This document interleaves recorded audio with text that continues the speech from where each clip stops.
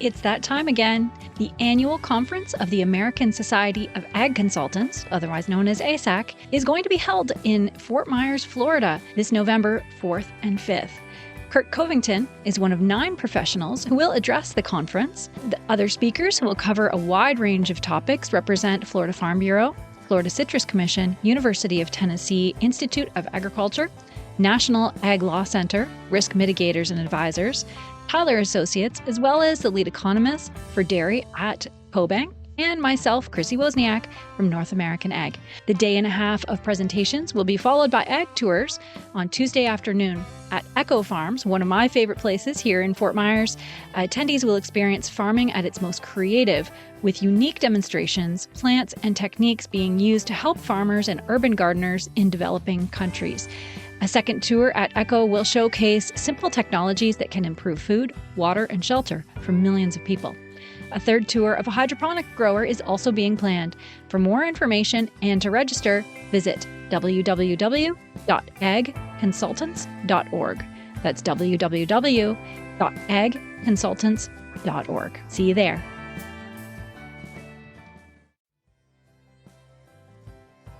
With 2,000 plus attendees, 25 plus robots, and 60 plus exhibitors, FIRA USA is the best place in the world for meeting agricultural and ag robotics leaders and seeing the latest technology demonstrations. This unique 3-day event is being held in Salinas, California, September 19th to the 21st, 2023. Check out their new website at FIRA-USA.com. That's FIRA, FIRA-USA.com. Get registered today.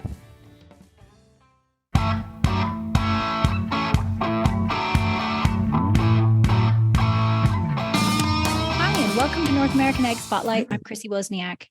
My guest today has more than 30 years of experience in immigration analysis. He's nationally syndicated columnist, former English as a second language teacher whose students were migrant farm workers. He's an analyst for the Institute for Sound Public Policy, an umbrella group that includes, among other things, U.S. tech workers, Doctors Without Jobs, and Project for Immigration Reform. Today, him and I are going to discuss why employment-based visas are unproductive and his opinion on what reform should look like. Originally from California, but now residing in Pittsburgh, Pennsylvania, I'd like to welcome Joe Guzzardi. Welcome, Joe, and thank you so much for joining me today. Thank you, Chrissy. It's a pleasure to be with you. So first of all, tell me a bit about your background, and then we'll get right into visas.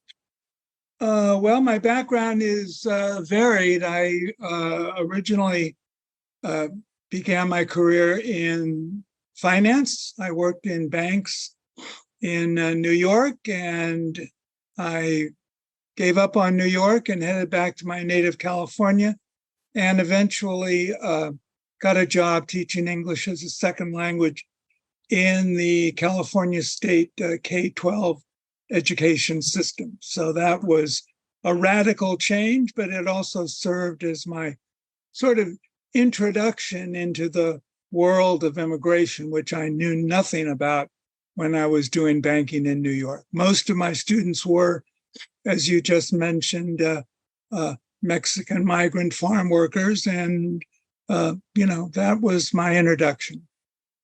Right. Yeah. So what's your practical definition of a visa?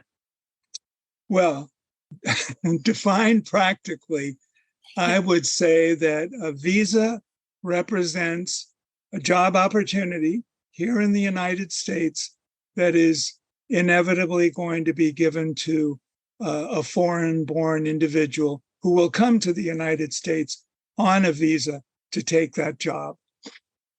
Okay, that's good. We all know, I like to remind people that people will read about visas a lot in the Wall Street Journal and in the financial pages and hear a lot about them on the evening news. But the reality is that a visa represents a job, and it's a job that ultimately will not go to an American, even though there are invariably many, many qualified Americans that could take that job, regardless of the profession. Right. Yeah, that's it. That's an important distinction. And then these days, I'd say most producers know about or deal with H-2A visas for agriculture workers. So for anyone who's not familiar, can you give us the details of how this currently works?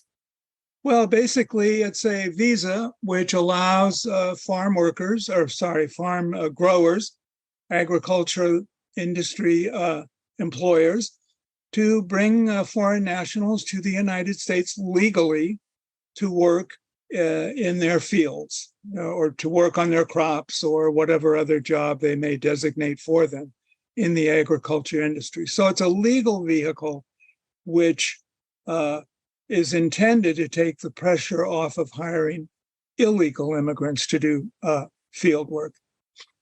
Right. And why are employment-based visas unproductive, in your opinion?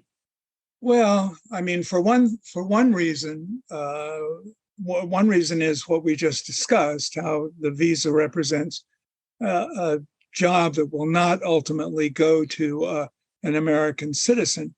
But the whole immigration system today now is so convoluted and so many opportunities for abuse and misuse. And there's very little done in the way of enforcement. There are probably 25 or maybe 30 employment-based visas available.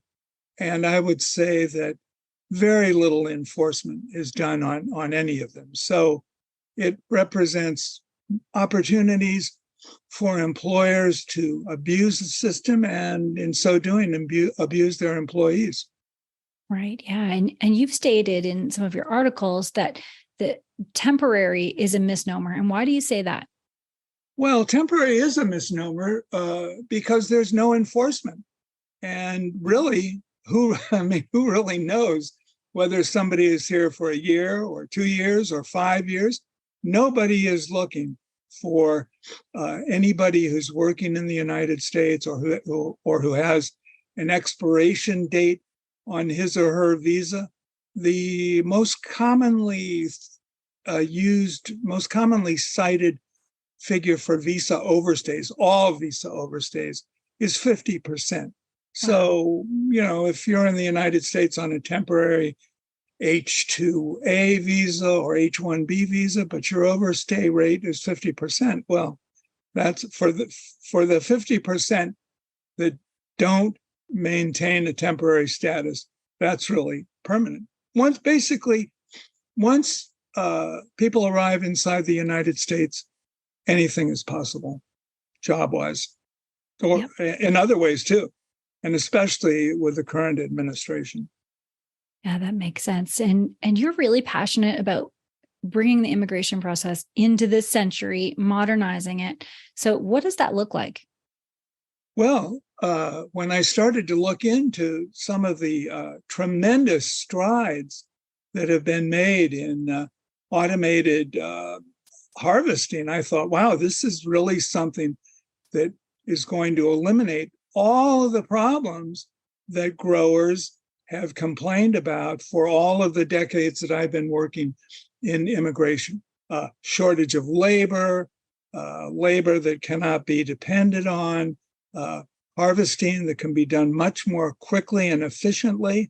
So that to me is a real step forward. The key thing is to get it into the mainstream. And I contend that as long as there are visas like the H-2A available, then the progress toward automated harvesting is going to be slowed down significantly. So, yeah, those are great points. And you've mentioned in a recent article your concerns about the history of fraud and abuse in the H-2A visa program. So what steps do you think that Congress should take to address those issues and then to ensure fair treatment of both domestic and foreign agriculture workers? Yeah, well, that's a great point. And there are many, many studies that have been done that include claims that workers have made where they've been mistreated. These claims have been brought to the attention of government officials. And rarely is any serious action taken. So the first step is to enforce the laws, send investigators around, and when instances of fraud or abuse are found, meaningful penalties, punitive financial damages, jail time also. You really have to discourage this kind of abuse as opposed to slap on the wrist, or occasionally what will happen is that a H2A or H2B user will be denied access to the program for a couple of years. And that just isn't meaningful. Yeah. And this particular topic, it's very relevant in my life at the moment. I'm not going through H2A, but my kids and I are immigrating to the US. In the process of that, I'm super fortunate that my husband is American. So I have a clear path to citizenship. But going through this process, I have just seen firsthand the absurdities that are in this system and how nonsensical so many parts of it are. I was in DC last month, and I was able to talk to a representative from the Department of Homeland Security. And I asked her, why some of these simple things just aren't fixed. There's so many of them that are just so simple that to me in my head would take nothing to fix them. And she had an interesting answer, because she said, we're in a state of constant crisis. So it doesn't make sense to focus on these small things when no one can agree on how to fix the crisis. So the problem is perpetually nothing happens. So what do you think about that answer? It was a good answer. It wasn't an answer that I wanted, but I could understand it. I am 100% sympathetic with what you're going through, and what I would have said to the Department of Homeland Security representative. And you probably don't have the immigration background to have had that question, that response occur to you. But I would say, well, if you're in the constant state of crisis, whose fault is that? Maybe having the southwest border wide open to anybody who wants to come into the United States is contributing to the chaos. And, you as a prospective legal immigrant to the United States must be extremely frustrated by what's going on down at the border. All of those, whatever they are, we don't know, 5 million, 8 million, 10 million, nobody knows what the exact number is. And we'll probably never know. But all of those individuals have jumped ahead of you in line. They're all ahead of you.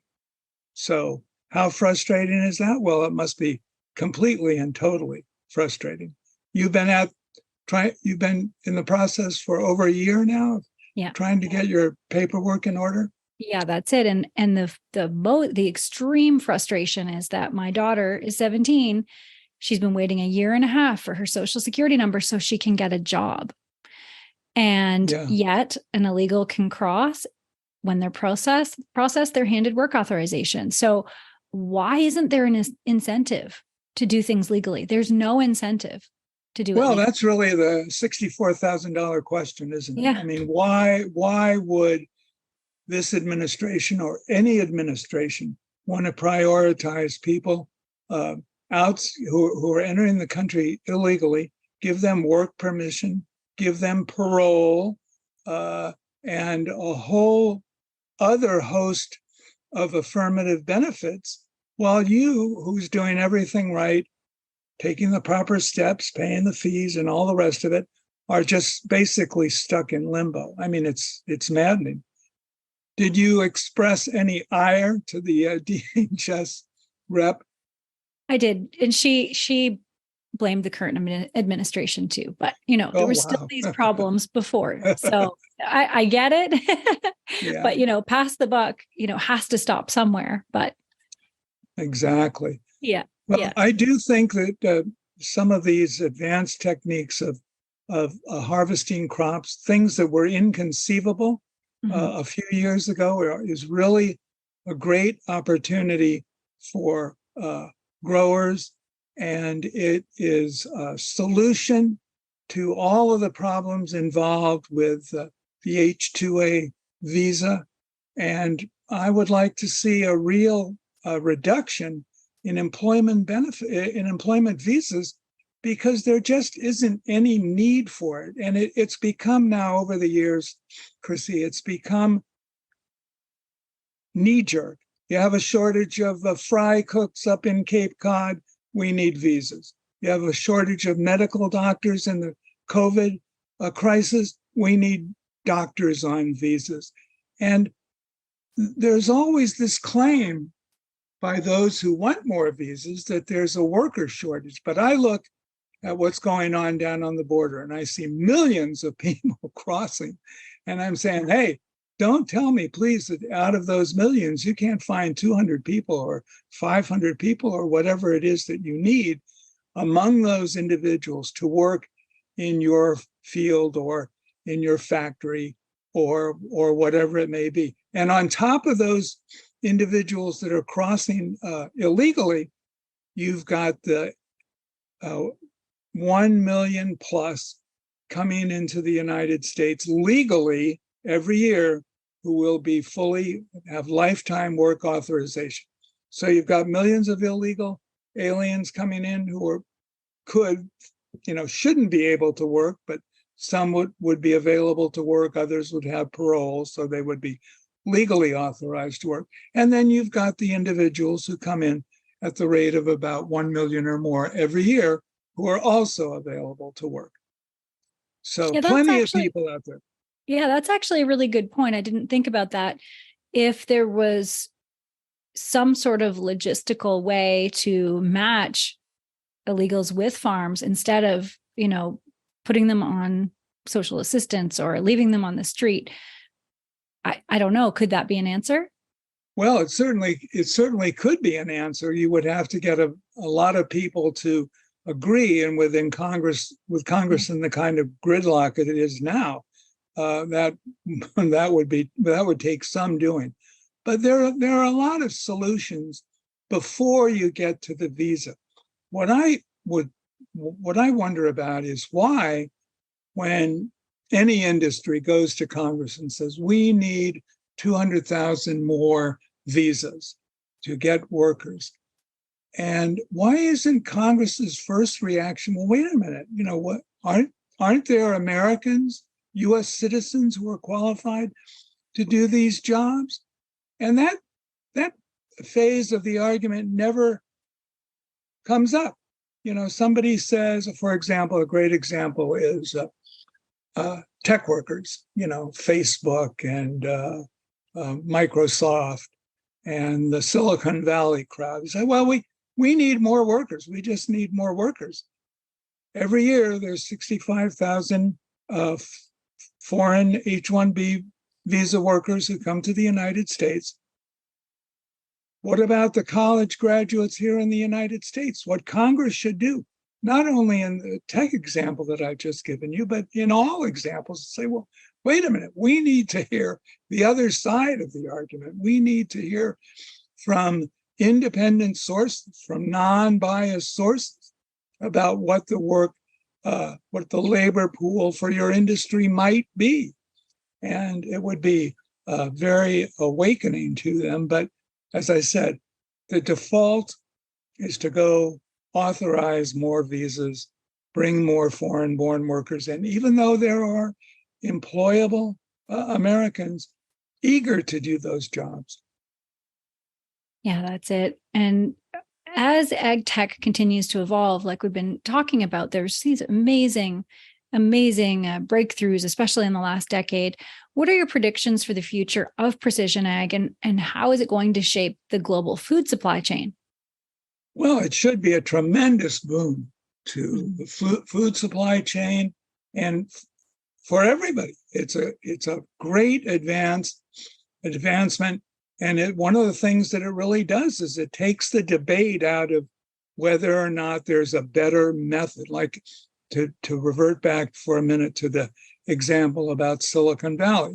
Somebody says, well, the available Americans are really not fully qualified. They're not as skilled as the individuals from India and China and Pakistan. So that's up for a debate. But if you compare what the advancements in ag and how ag can be handled today versus stoop labor, there's just no comparison. There's no arguing that at all. Yeah, I agree for sure. And what are some of the opportunities that you think growers should be embracing in 2023 and beyond as we, handle these situations? I would encourage all growers, and this is probably something that they've been doing anyway, is to really mount a campaign to make it widely known how far the advances have come. Get in with your congressman, write op-eds for the local newspaper, and make people aware that these crops that were once thought to be, had to be handled delicately, like strawberries, can now be done much more effectively by machine. So there needs to be a real educational effort made that would bring everybody into awareness. Because one important angle that I think is a good selling point with Congress is, replace stoop labor, very, very difficult on human beings, with machines. Yeah. And that's just from a compassionate point of view, you can't argue that it's better all the way around. So if you could choose one thing to fix, if only one thing was in your power, what would that be? I would eliminate a whole bunch of employment-based visas. Yeah. I would eliminate them, and I would say, we're going to put all of these visas on the shelf for 5 years. And we're going to see just how easily people who have been claiming about a labor shortage, just how easily they're going to be able to hire Americans. Historically, the solution to labor shortages is higher wages. And that's the tried and true historical solution. If you can't fill a job, raise the wages. Now, I don't know how much that is going on, but my guess is that one of the big attractions to visas is the workers' availability at a lower wage. Yeah, and that's a big problem in the industry because the margin in food is low, right? So where does that money come from to pay? Or is it in tandem with ag tech, I guess, right? Yes. I mean, I didn't look into every single crop individually, but my understanding was that the machines pay for themselves in a relatively short period of time. Is that correct? Can be, depending on there are a lot of issues. There would be different cases. But again, that would be a place where you could be effective in Congress. Say, look, how about no interest loans, something along those lines?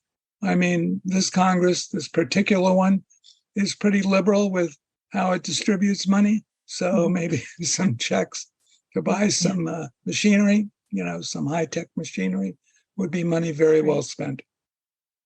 Yeah. And you made really good points about, your solution there to stop the work-based visas, because I know now in retrospect, it would have been a lot easier for me to get a work visa than going through this way through family. Oh yeah, sure, for sure. And it was shocking when I learned that, like during COVID, a lot of my friends had to get work visas to be able to continue working. And it was easy. It was, you spend $5,000, even if you want a lawyer, you go and get it stamped at the border and you're good for 3 years. And as I'm going through this, I'm like, wow, that was so much easier than what I've had to go through. That is You'd be on your way by now. Yeah. Another important point that should be mentioned is that the work element of the visa is really only the first layer. After that, you've got people who bring their family. You've got, family reunification. Right. According to Princeton University, each individual, each immigrant, when he can legally do so, brings 3.5 people on average to join him in the United States. You have schools, children have to be educated. you have hospitals, you have a whole layer of social services that this new arrival, this employment-based visa holder is going to have access to. And, it creates a whole other consideration. Schools, I'm from California, schools are terribly overcrowded. Hospitals are, emergency room hospitals, also very overcrowded. Now, not all the students are sons of employment-based visas, but, it all adds up. So when Congress is considering whether or not they should issue more visas, they should also consider what the long-term effects of those visas are, which are family reunification, social services, and a whole other string of benefits that will accrue to the employment holder. Yeah, and those are great points. I can say from experience that I was shocked, and I'm conservative to begin with, and conservative libertarian, so I can take care of myself in my own head. And when I came here, the freebies, it just blew my mind. And I'm thinking there's so much waste here. I could enroll my kids in school. They get fed at school, breakfast and lunch. Like I can feed my own kids, right? And why can't we work? But you're feeding us, you're educating us. Any vaccines they were missing, everything was free. It was it just very, very, very peculiar, very absurd. The way that's the only word for it, is that it doesn't make sense. A lot of it, right? Well, it doesn't make any sense. And instead of somebody in Congress saying, well, wait a minute, we have to kind of get a grip on this before it gets even more out of hand than it is, that angle just never comes up.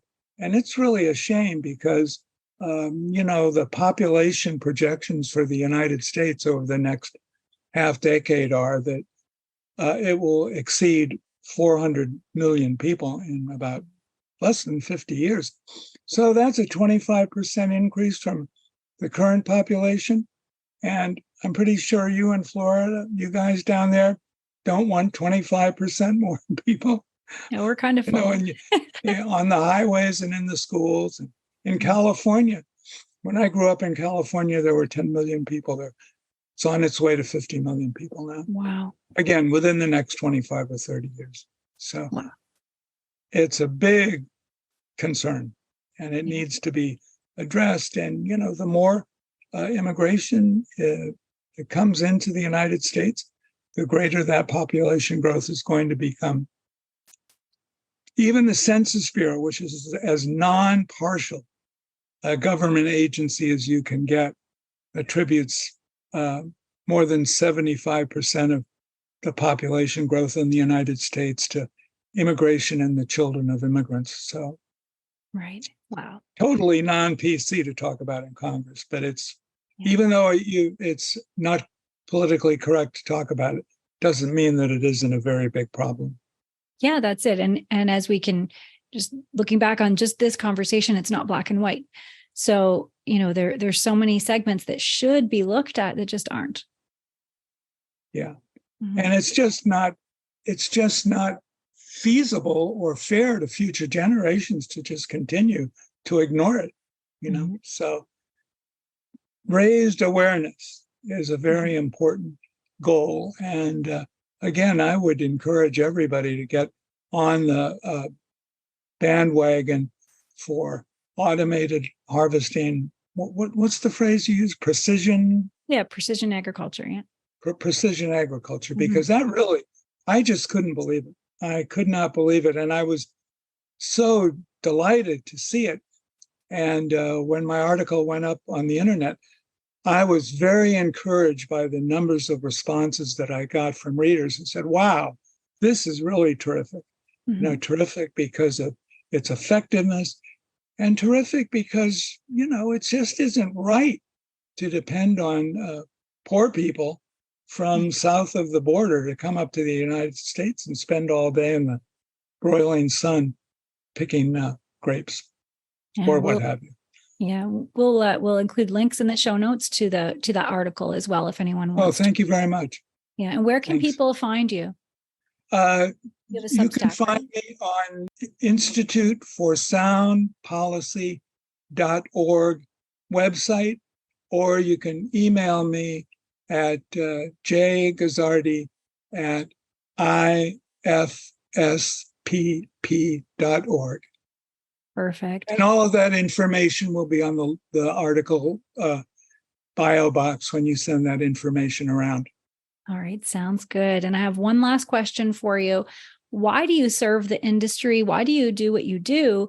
After 30 years, you're not tired of it yet. You can tell you still have a lot of passion about immigration.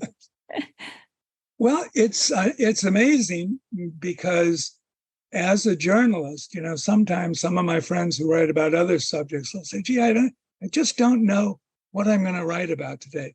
When you're on the immigration beat, there's never a day when you don't say to yourself, gee, shall I write about the border or the ag industry or visas, a whole bunch of subjects. And it's important. It's an issue that affects every single person in the United States in myriad ways. To say, well, I live here in Western Pennsylvania and immigration really doesn't affect me is completely incorrect. It does. Yeah, that makes sense. Well, thank you so much, Joe, for joining Thank you, me today. Chrissy, Great for having me. conversation. And good luck in your Thank you. effort. I wish I knew somebody at DHS that could put you on the fast track. Yeah, really, that would be great.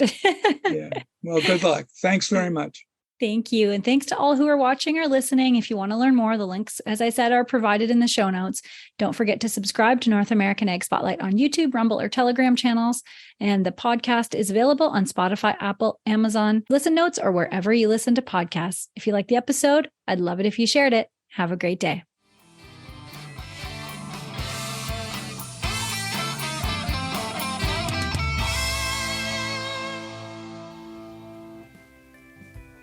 Did you know that at NorthAmericanAg.com, we are committed to providing valuable resources for farms and agribusiness?